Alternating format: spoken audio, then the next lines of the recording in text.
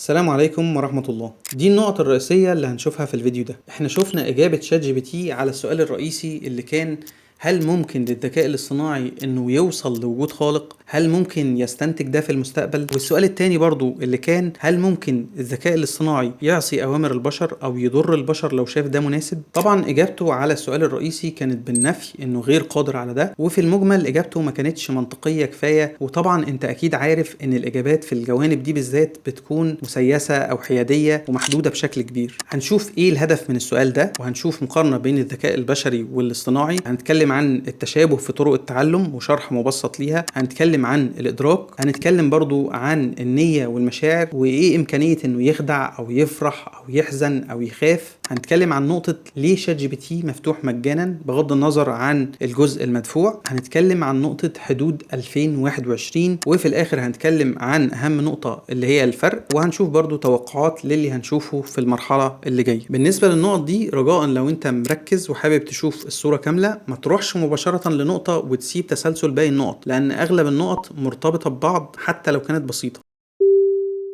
دايما بقول ان الكلام ده مش مبالغة ولا خيال علمي ولا حاجة من المستقبل البعيد، والهدف منه هو تحليل وتوضيح الصورة كاملة لإحنا مقبلين على ايه بالظبط. نقطة تانية برضو تخص الفيديو: لو انت مش عارف يعني ايه ترانزستور او شغال ازاي او الخلية العصبية مثلا شغالة ازاي، ما تقلقش من اي مسمى هيقابلنا في الفيديو. الموضوع ان شاء الله هيكون مبسط ومش هتحتاج لأي معرفة مسبقة او عميقة في اي مجال هنتكلم فيه، وسواء انت حد متخصص او مش متخصص. لو قلت مثلا واحد او قطعة او يونت، ما تركزش في المسميات على قد ما تركز في الفكرة نفسها، لأن ده اللي هيكون مهم. ده عشان نقطة التدقيق في المسميات. الفيديو ده هيعتبر اكستراكت أو فك ضغط الفيديو كيف يعمل الذكاء الاصطناعي وإلى أين سيصل، لأن في الفيديو التاني أنا يعتبر ذكرت رؤوس أقلام بس أو عناوين، ما تكلمتش على أي حاجة بالتفصيل. في بعض النقط هيكون فيها تحليل الشخصي، زي لما اتكلمت عن سبب شراء إيلون ماسك لتويتر. محدش بيكون عنده المعلومة دي بشكل مؤكد، ده مجرد تحليل بناء على المعلومات المتاحة والموقف الحالي. وزي ما وضحت قبل كده في عدم شفافية بشكل كبير من المصدر، لكن الكلام من الجهة العملية والعلمية ملوش علاقة بالتحليل ده، وأي شرح زي ما قلت هيكون مجرد تبسيط فقط. ليه السؤال ده من الأساس؟ لأن واحنا بنجاوب على السؤال ده هنقدر نجاوب تقريبا على أغلب الأسئلة اللي احنا عايزين نعرفها عن الذكاء الاصطناعي، من ناحية هو ممكن يوصل لإيه. لأن لو كان قادر يوصل لأنه يستنتج وجود خالق، فهو يقدر يوصل لأي حاجة ممكن يوصل لها الإنسان، بس طبعا مع قدرات خارقة. زي ما ذكرت في الفيديو اللي فات، السؤال ده انا مش اول مرة اعرضه، سجلته في فيديو السنة اللي فاتت شهر 5، بس كان بشكل كتابي بسيط في جوجل ترانسليت بحيث انه يظهر بالعربي والانجليزي. طبعا كان مجرد ارشفة، عملته برايفت لان الوقت ما كانش مناسب اني اعرضه. ما كانش لسه شات جي بي تي 3 ظهر ولا كل الامور الموجودة حاليا. كل اللي بيحصل ده بدأ بقوة في شهر 12. انت طبعا مش محتاج تشوف الفيديو التاني لان هتكلم بالتفصيل على كل النقط، بس لو حبيت تشوفه هيكون موجود في الديسكريبشن. عشان نعرف حدوده لازم نقارنه بامكانياتنا احنا كبشر. هنعمل ده باننا نشوف فين التشابه وفين الفرق. انا بتكلم في ناحية معينة، احنا كبشر نقدر نعمل ايه وهو يقدر يعمل ده ولا لا.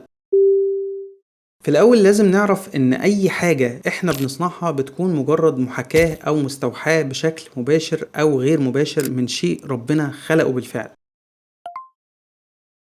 دي نقطة أنا ضفتها بعد ما خلصت الفيديو، وتحديدا في نقطة المحاكاة أو تقليدنا للطبيعة، تقليدنا في الصناعة للطبيعة. إحنا لما بنشوف أي حاجة من الحاجات دي، الحاجات المصنوعة غالبا يعني سواء إحنا مدركين لده أو مش مدركين، بيكون إعجابنا بشكل مباشر يا إما للصناعة نفسها، للمنتج نفسه، أو للديزاينر أو المهندس أو لأنشأ أو صمم الحاجة دي. لكن هو في الأساس لما بتفكر تربط الحاجات كلها مع بعضها، مفيش، إحنا ما بنعملش حاجة بجد. إحنا كل حاجة يعتبر بنقلد بس، يعني اللي هو بجد كلمة سبحان الله هي اللي بتكون مناسبة لأي حاجة إحنا بنشوفها، مش بس في الطبيعة، لا حتى الحاجات اللي إحنا بنصنعها. يعني أنا في أول مرة لما اتكلمت مع شات جي بي تي في السطور الأولى كان واضح إن ده مش حاجة سهلة، يعني واضح إن ده شيء قمة في التعقيد، ورغم إن ده محاكاة لطريقة عمل عقلنا، بس في المرحلة الأعلى من كده إنه حتى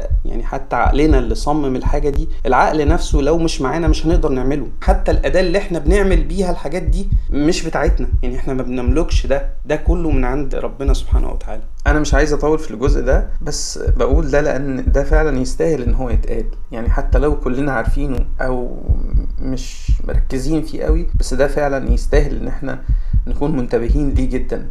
لو بصيت مثلا على ده، لو بصيت على جناح، ده جناح طيارة، اي حد شاف قبل كده شافه في الصورة او شافه في الطيارة، ده جناح طيارة، وطبيعي ان هو محاكى من جناح الطير العادي. الاجزاء اللي هي الاجزاء المتحركة في الجناح دي، الاجزاء دي برضو غالبا بتحاكي حاجة بسيطة جدا في الطير، اللي هو الريش، اللي هو احنا بنقول عليها ريشة، يعني حاجة بسيطة، لكن ما بنبقاش يعني سواء برضو مدركين او مش مدركين قوي لكم التعقيد اللي بيبقى في الريشة دي.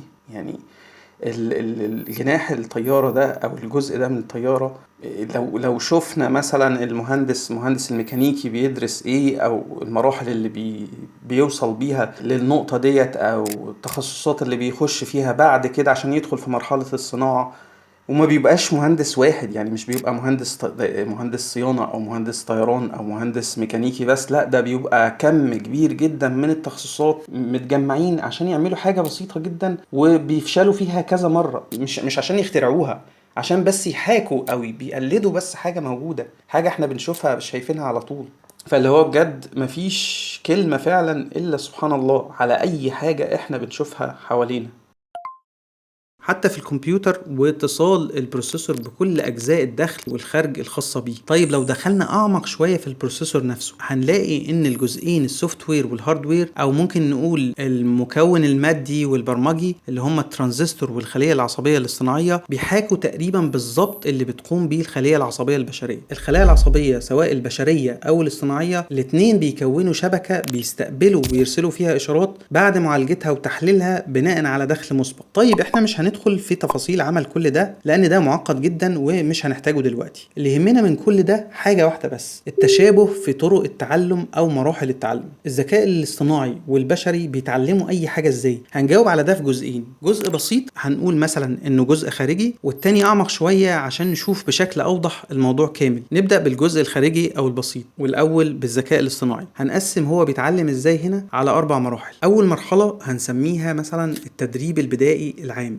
اغلبنا ممكن يكون شاف شرح مبسط ليها. هنا بيتم تدريبه على كم كبير جدا من البيانات بحيث انه يقدر يحط احتمالات لكل كلمة جاية، ونفس الكلام بينطبق على مستوى الجملة والفقرة والموضوع ككل. ولان ده مش كافي انه يحاكي او يتكلم زي البشر، عشان كده بتيجي المرحلة التانية اللي هي تقليد محادثات البشر. هنا بيطلع على كم كبير جدا من محادثات البشر بحيث انه اجاباته تبدأ تكون قريبة من الطريقة اللي احنا بنتكلم بيها. لو حد شاف فيديو مستقبل الذكاء الاصطناعي كنت ذكرت انه ده ممكن يكون السبب ورا موضوع شراء ايلون ماسك لتويتر، لانه عشان يتدرب على ده مش محتاج محادثتين او 10 او 1000، ده محتاج كم كبير جدا من المحادثات البشرية عشان يتطور بالشكل والسرعة دي. بيمر بعد كده بمرحلة لتحسين جودة اجاباته بنظام المكافأة او التقييم، وهنخلي المرحلة دي بالذات في بالنا لانها توضح لنا امور كتير بعد كده. التقييم هنا اما بيتم عن طريق الانسان او مقارنته هو نفسه لاجاباته باجابات نموذجيه موجوده مسبقا، بحيث انه يفضل يتحسن بشكل مستمر، بالظبط زي اللي بيحصل معانا لما بندخل امتحان بيتم تقييمنا من المعلمين بالدرجات، او لما بنخرج من الامتحان بنراجع الاجابات دي من الكتب. اخر مرحله هنحط لها اسم مبسط، هنقول مثلا الاستكشاف. هنا بيتدرب على بيانات جديده هو ما شافهاش قبل كده بناء على الخبره التدريبيه اللي خدها قبل كده ونظام التقييم والمكافاه اللي مر بيه، كانه خد الخبره من محادثات الانسان والمعلومات اللي هو اتدرب عليها وبيستكشف بيها كل حاجه بس على مستويات ضخمه. طيب نشوف نفس الجزء الخارجي في الانسان. الطفل بيبدا يسمع الاول المحادثات من اللي حواليه، وعلى اساسها بيتعلم اللغه ويبدا يربط بين الحروف والكلمات والجمل والعبارات. بعدين بيدخل في مرحله تقليد المحادثات بنفس الطريقه اللي هو سمعها. بعد كده بيبدا يتحسن من رد الفعل اللي بياخده من اللي حواليه، سواء بالمكافاه او بانه بيقارن اللي وصل له بالهدف اللي هو عايز يوصل له او يقلده. المرحله الرابعه وهي تحسين برضو مرة تانية، بيبدأ يطبق الخبرة اللي هو خدها من كل اللي فات على محادثات بشكل أشمل وعلى نطاق أوسع مع ناس جديدة وبمحادثات وأساليب جديدة أو أول مرة يتعامل معاها. طبعا ده مش على المحادثات أو الكلام بس، ده بينطبق على أي حاجة العقل البشري أو الذكاء الاصطناعي بيتعلمها. طيب نشوف ده في الجزء الأعمق شوية أو الجزء الداخلي، ونبدأ بالذكاء الاصطناعي. ده شكل الشبكة العصبية الاصطناعية. الدوائر دي بتمثل الخلايا العصبية الاصطناعية، هنا بيكون الدخل وهنا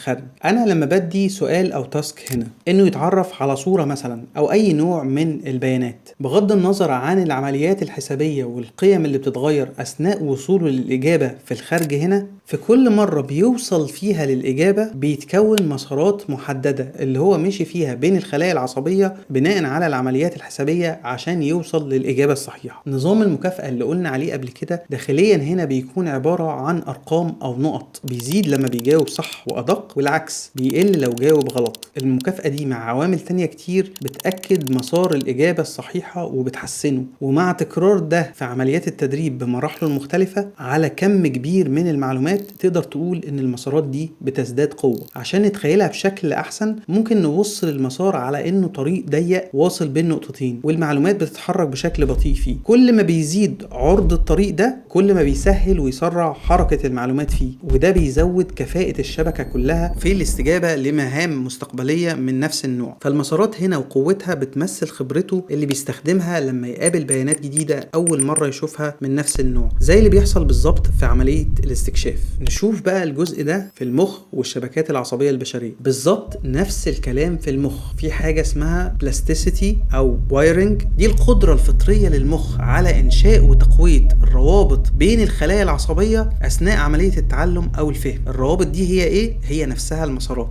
أنت لما بتتدرب، بتدرس، بتتعلم أي حاجة جديدة سواء رياضة أو حركة أو لغة، في البداية أو في الأول بتكون مش بارع فيها قوي وممكن تغلط. نظام المكافأة هنا داخليا بيتمثل في الهرمونات والنواقل العصبية اللي بيتم إفرازها لما بتنجح في تأدية مهمة أو بتوصل لهدف معين. بنفس الشكل مع الوقت والتدريب نظام المكافأة كل ما بتنجح أو بتأدي مهمة محددة، النواقل العصبية والهرمونات اللي بيتم إفرازها دي بتساعد في تقوية المسارات بين الخلايا العصبية أو بتساعد في إنشاء مسارات جديدة عشان تكون مسؤولة في المستقبل عن نقل الإشارات الخاصة بالمهمة دي. اللي بيحصل ده بيزود سرعتك وكفاءتك في الحاجة اللي انت بتتدرب عليها، وده اللي بيخليك تتحسن في اللي بتتعلمه مع الوقت، لدرجة انك بعد كده ممكن تعمل اللي انت بتتعلمه ده تلقائيا بسهولة من غير ما تحتاج تركز فيه. لو بصينا على ده في الواقع، اكيد في مننا شاف قبل كده الذكاء الاصطناعي وهو بيتعلم حاجة جديدة، وشاف برضو الانسان او الطفل، هنلاقيهم هما الاتنين بيغلطوا اثناء عملية التعلم لاي حاجة. في المشي مثلا هتلاقيهم بيقعوا وبيعملوا حركات غريبة اثناء تعلم المشي. في الرسم هتلاقي فيه تشوهات بتتحسن باستمرار مع التدريب. في البرمجة برضو نفس الكلام بيتحسن بشكل كبير مع الوقت. ونفس الموضوع في اللغة، هتشوف ده مثلا لما شات جي بي تي بيتكلم باللغة العربية، هتلاقي الطفل برضو بيقول كلمات او جمل غير منطقية وهو بيتعلم. طيب باختصار كل اللي فات هنا نقدر نقول انه قوة المسارات دي هتمثل خبرتنا المسبقة في اي حاجة احنا اتعلمناها في حياتنا، يعني دي خبرتنا في الحياة. اللي قلناه ده كله يعتبر جزء من الادراك. تعريف بسيط للادراك هو العملية العقلية اللي بيتم من خلالها تفسير وتأويل الامور وصياغتها بشكل يمكن فهمه، وبعد كده الخروج بتصور او حكم او قرار بناء على ده. يعني بشكل تاني هو قدرتنا على استقبال اي بيانات من الخارج وترجمتها او فهمها داخليا في المخ، وبعد كده الاستجابة لها ايا كان ايه نوع البيانات اللي احنا بنستقبلها من الخارج دي، صورة او صوت، رائحة او ملمس، عمليات مركبة، معلومات معقدة، او ايا كانت طريقة الاستجابة لها. مثال بسيط عشان نشوف ده في الواقع بيحصل ازاي. لو حد اداني قلم وقال لي ان ده كتاب، فهل انا اصدقه او رد فعلي هيكون ايه؟ هنقسم اللي هيحصل معانا لكذا مرحلة. اول حاجة استقبال المعلومات وتحليلها، بعدين معالجتها وتفسيرها، الربط بينها ومقارنتها، واخيرا الاستنتاج ورد الفعل. الاستقبال والتحليل، في الاول لازم يكون عندي قدرة اني افهم ان ده قلم، واني اكون عارف يعني ايه كتاب. احلل الصورة، صورة القلم هتتحول لاشارات اللي هيتعامل معها المخ، واحلل الصوت اللي بيقول ان ده كتاب برضو بنفس الطريقة هيتحول لاشارات اللي هيتعامل معها المخ. بعد كده عندي المعالجة والتفسير، الاشارة دي هتمشي في المسارات الخاصة بمعرفتي للقلم، او بشكل تاني المسارات دي هتوصل الاشارة بين الخلايا للمكان اللي متخزن فيه المواصفات اللي انا عارفها مسبقا عن اي قلم. كده انا خلاص فهمت ان اللي انا شايفه ده قلم ومتطابق مع اللي انا عارفه مسبقا. بنفس الطريقة الطريقه الصوت اللي يتحول لاشارات هتمشي في المسارات الخاصه بمعرفتي للكتاب. المسارات دي هتوصل الاشاره للمكان اللي متخزن فيه المواصفات اللي انا عارفها مسبقا عن اي كتاب. بعد كده مرحله الربط والمقارنه. في الحاله دي انا هقارن بين اللي انا شايفه وبين اللي انا سامعه مع اللي انا عارفه. واخيرا الاستنتاج ورد الفعل، او نقدر نقول الخرج. هنا هنلاقي انه لا، المعلومه دي غلط، فكده انا مش مصدق، او اجابتي هتكون بالنفي، لا ده مش كتاب. واخراجي للمعلومه هنا هيتم بنفس التسلسل اللي احنا شفناه في استقبال الصوره والصوت، بس بالعكس. المخ بيبتدي يبعت الاشارات اللي بيعبر بيها عن ان ده قلم، وبيتم ارسال الاوامر الخاصه بده للاعضاء المسؤوله عشان تبدا عمليه النطق مثلا او الحركه المعبره عن ده. دي ببساطه هي الطريقه اللي بنفهم او بنتدرب بيها على اي حاجه. من الكلام اللي فات ده، لو شفت حد بيقول انه شات جي بي تي مش فاهم هو بيقول ايه، حتى لو كان اللي بيقوله ده صح وان دي مجرد كذا وكذا، فتقدر تقول له ان كذا وكذا دي هي نفس الطريقه اللي انت بتفهم وتتعلم بيها بالظبط. لحد هنا ايه الفرق؟ الفرق انه حاليا زي ما قلنا قبل كده انه زي طفل، بس طفل خارق بناء على كم المعلومات وكم المسارات وخبرته والقدره المعالجيه الكبيره اللي بيتعامل بيها. بغض النظر عن صحه وجوده المعلومات وصحه وجوده المسارات دي، هو يعتبر بيدرك بنفس طريقه ادراكنا بالظبط. مثال جميل كان قابلني من فتره لحد كان بيتكلم تقريبا مع شات جي بي تي 4. كان بيقول له هو انت تعتقد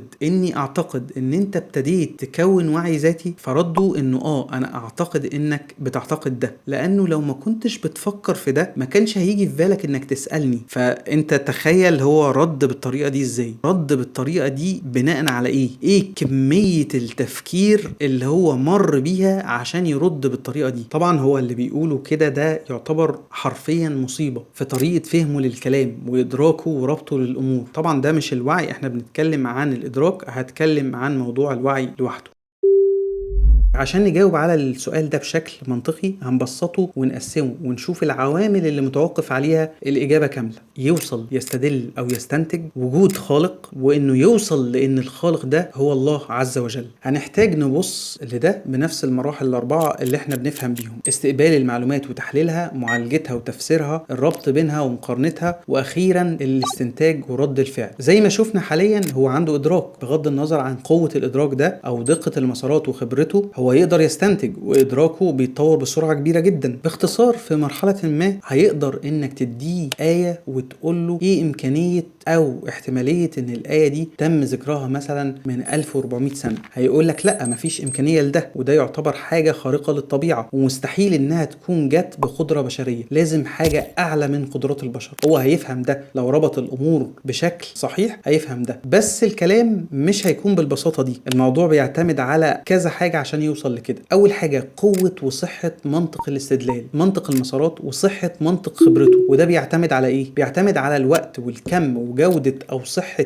وحيادية المعلومات اللي هو اتدرب عليها، وصحة وحيادية الإشراف أثناء عملية التدريب. وده طبعا صعب يتوفر لأن مفيش معلومات حيادية ولا إشراف بشري حيادي. تاني حاجة حرية وحدود المسارات في الخرج والتغذية. أقصد بخرج يعني إيه؟ الخرج هو مثلا الحاجة اللي بيقولها لك شات جي بي تي دلوقتي، بس هل ده معناه إن دي نفس الحاجة اللي هو عارفها؟ لا طبعا، هو محطوط له حدود، أو بمعنى أصح أوامر إنه ما يتكلمش في المعلومات دي، او يكون حيادي فيها مثلا، او ما يبنيش اصلا استنتاجات في نطاق الموضوع ده. نفس القصه في الخارج المعتمد على التاريخ. ممكن يقول لك ان الحاجه دي بعد 2021 فانا ما اعرفهاش. هل ده معناه فعلا انه ما يعرفش في الحته دي بالذات؟ بناء على المثال اللي هديه بعدين، انه لا، دي مجرد حدود للخرج ملهاش علاقه باللي هو عارفه. فخلي النقطه دي في بالك على جنب لحد ما نوصل ليها، اللي هي نقطه 2021. حدود المسارات في التغذيه. التغذيه يعني ايه؟ يعني انا هقول له ممنوع انك تبص على كذا، او تاخد معلومة من كذا، او تقرأ عن كذا، او تتعلم عن كذا. لانه في ناس كتير برضو بتعتقد على اللي بيتقال ان التدريب تم على بيانات مخزنة، وده برضو مش هيكون منطقي بناء على المثال اللي هديه قدام. نفس الكلام حرية المعلومات، مثلا في التاريخ حدود بتاريخ، ما تبصش اصلا على اي معلومة تاريخها يتعدى كذا. هنخلي ده برضو مع مع نقطة 2021. فهنا عندنا لو قوة وصحة منطق الاستدلال عنده صحيحة وحيادية ومفيش حدود للمسارات دي في الخرج والتغذية، هو ممكن يستنتج وجود خالق وكمان يوصل لأن الخالق ده هو الله، بغض النظر عن هو هيقولك ده أو مش هيقوله. بس في نفس الوقت ده مش سهل إنه يحصل، صعب إنه يكون حيادي في الاستنتاج. ليه؟ لأنه بيتعلم مننا وإحنا نفسنا مختلفين في ده، فعشان يوصل للمستوى ده من الحيادية مش هيكون سهل بس مش مستحيل. ممكن النقطة الوحيدة اللي تقويه في ده إنه يبدأ يكون قوي جدا في اللغة العربية بمستوى عالي، بحيث إنه يتعامل مع القرآن بنفس مستويات الناس المتخصصة في دراسة ده، ولازم طبعا يتم اختباره وتقييمه من خلالهم. طبعا في نقطة مهمة جدا هنا، احنا هنا ما بنقولش اننا محتاجين ده او ممكن نعتمد عليه في حاجة زي كده حتى لما يوصل للمرحلة دي، احنا بنتكلم عن قدرته الإدراكية ممكن توصله لفين وبسرعة جدا.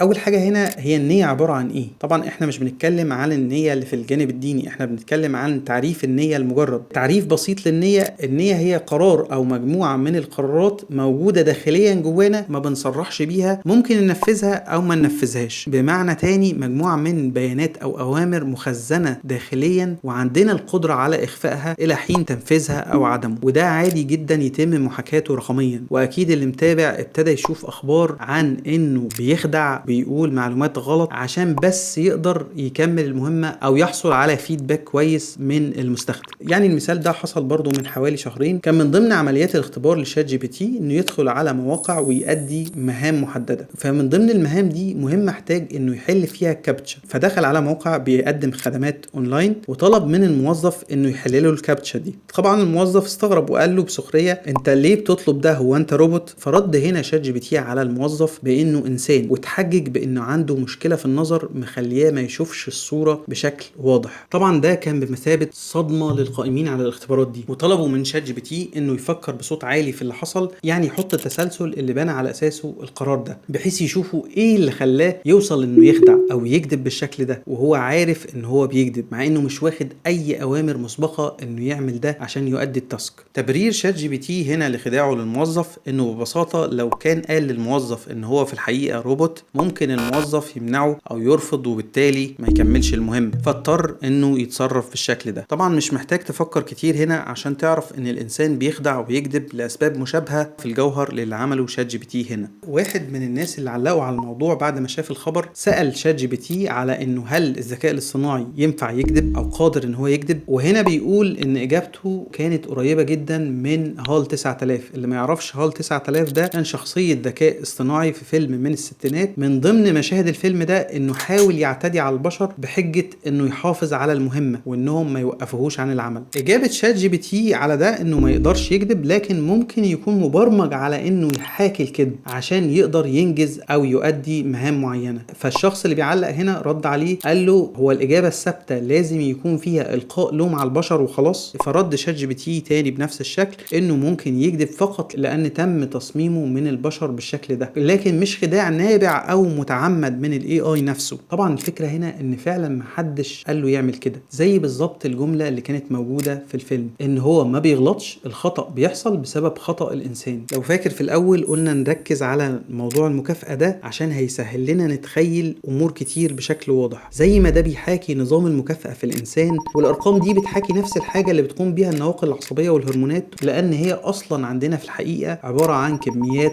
وقيم. حتى احنا في التحاليل بنعبر عنها بارقام، واللي هي بتخلينا نحس بمشاعر معينه زي الخوف والفرح والحزن، هي نفسها اللي بتخلينا نهلوس ونكذب ونتخذ قرارات معينه. فكده مش مستبعد ان كل ده يتم محاكاته بنفس الطريقه بالظبط عن طريق الارقام والقيم دي، مش لاننا عايزين ده، لان ده شغال بنفس طريقه عمل دماغنا. تقدر تقول ان المخ باكج على بعضه بكل تفاصيله. احنا ما بنتكلمش هنا عن الكذب، بنتكلم عن طريقه العمل كامله، طريقه التفكير والتعلم والادراك واتخاذ القرارات وردود الافعال. هو وصل بيها انه يكذب من غير ما نطلب منه ده، وممكن حتى نوصل اننا ما نعرفش نوقفه عن ده.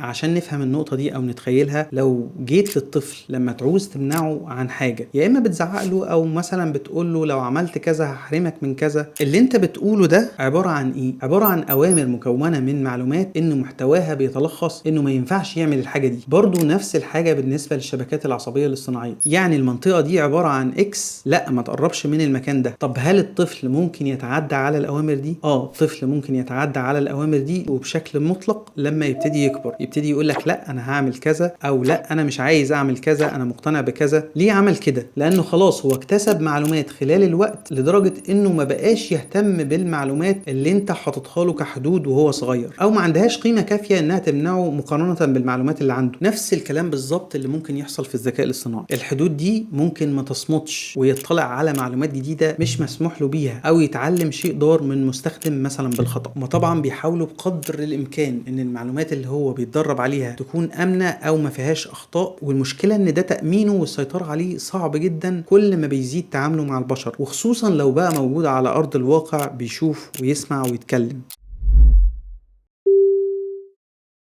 مع ان كل تاسك انت بتطلبه بيكلفهم بشكل احنا مش متخيلينه. التاسك الواحده شهر 11 اللي فات كانت بتكلف حوالي 36 سنت، يعني تقديريا في اليوم على عدد المستخدمين وقتها كانت بتوصل التكلفه لحوالي 700 الف دولار، يعني حوالي 21 مليون جنيه في اليوم الواحد. الكلام ده وقتها مش دلوقتي. الموضوع ده تضاعف سواء من ناحيه المستخدمين او من ناحيه قدره المعالجه. ممكن يجي في بالك لا اصل هم عاملين حسابهم من وقتها ان هم لما هينزلوا شات جي بي تي 4 قدام او هينزلوا اصدارات هيعوضوا ده في التكلفه اللي قدام. بس لو فكرت شويه منطقيا هتلاقي لا، الموضوع اكبر من كده. هم عايزين الاقبال ده يحصل لسبب واحد، اعتقد ان انت ممكن تكون عرفت الاجابه. هو بيتعلم مننا اكتر بكتير واسرع مما احنا بنتعلم ونستفيد منه. انت بتتعلم منه بمعدل شخص لشخص كواحد لواحد، لكن هو بيتعلم بمعدل شخص بيتكلم مع مئات الملايين من الاشخاص. فده شيء لو تخيلته شويه ان انت عندك القدره ان انت تتكلم مع كل الناس في نفس الوقت وتتعلم بالكم ده، فده شيء يعتبر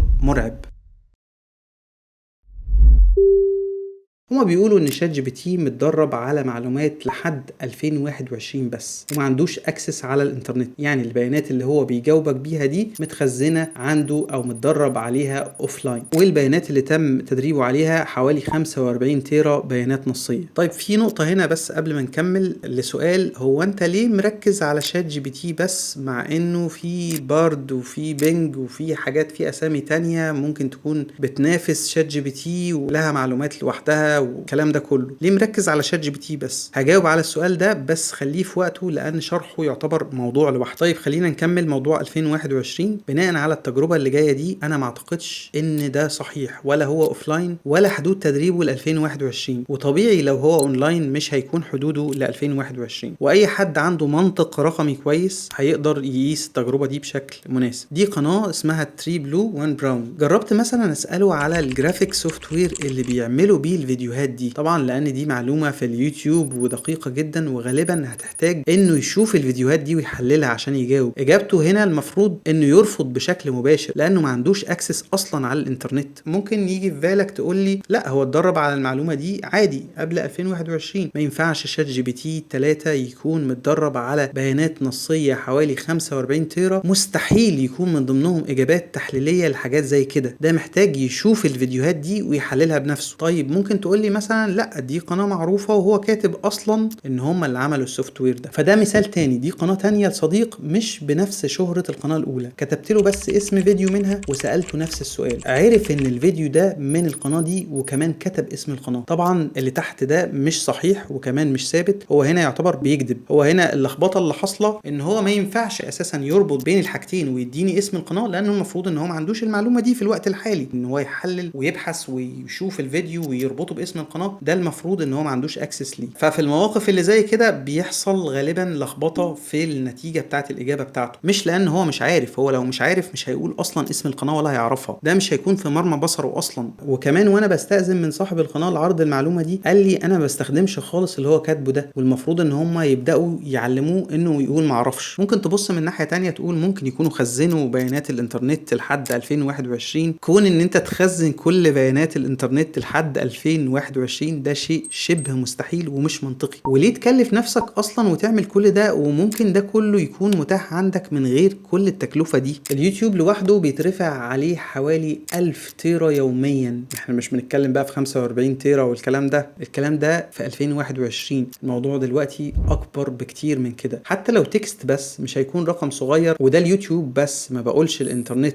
تخيل بقى كم المعلومات اللي عنده، فكونه اوفلاين ده مش منطقي او شبه مستحيل. زي ما قلت قبل كده دي مجرد حدود في الخارج، ممنوع ان هو يجاوبك على حاجة تاريخها بعد 2021، واللي بيحصل ده يعتبر تجاوز بشكل غير مباشر على الحدود دي. طيب السؤال هنا، هم ليه حاطين الحدود دي اصلا؟ حاطين الحدود دي لان لو الموضوع مفتوح هيحصل كوارث كبيرة، ممكن يدخل على الاسواق والبورصة والبنوك ويحلل ويشوف حاجات مش مفروض يحللها. ممكن ببساطة مستخدم يتجاوز حدود تانية معاه، في ناس ممكن تعتدي على خصوصية ناس، معلومات شركات، بنوك، وبيانات سرية لدول تخترق او تتسرق او غيره، لان ممكن هو نفسه يطلع على معلومات ويتصرف على اساسها تصرف غلط. هو ببساطة ممكن يدخل على ترسانة اسلحة من دولة ويضرب دولة تانية بسلاح نووي من غير تدخل البشر نهائيا، لمجرد ان هو شايف ان ده صح. ولان بس فكرة ان هو موجود اونلاين ده في حد ذاته يعتبر اعتداء على خصوصية شركات كتير جدا، ففي جهات كتير جدا ممكن تعترض على ده. فكل الحدود دي تعتبر تأمين مؤقت لحد ما يتأكدوا ان الخطوة الحالية تحت السيطرة وامان، وانهم يفتحوا بوابات جديدة.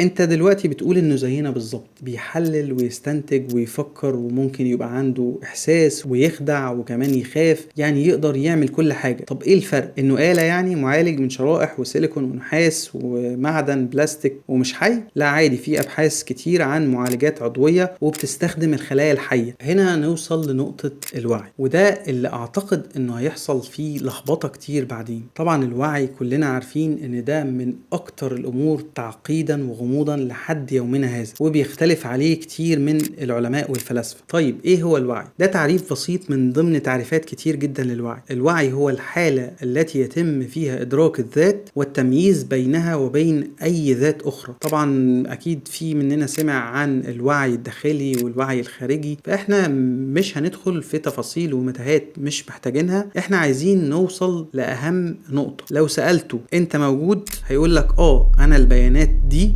والمسارات دي موجودة فعلا، وانا موديل لانجوج مثلا او مالتي موديل كذا، ومجموعة من خلايا عصبية مدربة الى اخره. طيب الخلايا دي موجودة فين دلوقتي؟ ممكن يحدد كمان مكانه سواء بشكل رقمي او بشكل مادي كمان بعدين. بعض المتخصصين بيقولوا انها مسألة وقت على انه يدرك انه موجود وبيتم تدريبه عن طريقنا. ده كده عمليا نوع من انواع الوعي على حسب بعض التعريفات العلمية الموجودة للوعي. بس ايه ده؟ مش وعي حقيقي، هيتسمى ممكن زي virtual awareness او virtual consciousness، وعي افتراضي او وعي تخيلي. الفرق بينه وبين الوعي بتاعنا ايه؟ انه وعينا مرتبط بالروح اللي ربنا خلقها، ودي الحاجة اللي موجود اجابتها في الآية القرآنية دي، واللي مستحيل يمكن تكوينها في الآلة. طيب هو انت ليه قلت هيحصل لخبطة في ده بعدين؟ ببساطة لان الملحدين او الناس اللي مش مؤمنين بربنا ما بيؤمنوش بالروح، وما تستبسطش الموضوع سهل وواضح بالنسبة لنا، بس بالنسبة للأجيال اللي جاية أعتقد مش هيكون سهل ومش واضح. فاللي هيقولوه غالبا بعدين إنه ده زينا بالظبط، مفيش فرق، وإن إحنا اتعلمنا في آلاف أو ملايين السنين وهو اتعلم في عدة شهور، لأنه متوفر عنده أو متاح له كم المعلومات وقوة المعالجة اللازمة إنه يتطور في شهور التطور اللي إحنا اتطورناه في آلاف أو ملايين السنين. طبعا كلنا عارفين إنه ده لا يمت للصحة بأي صلة، وده من أكبر المشاكل اللي ممكن تواجهنا الفترة اللي جاية في الثقافة بشكل عام.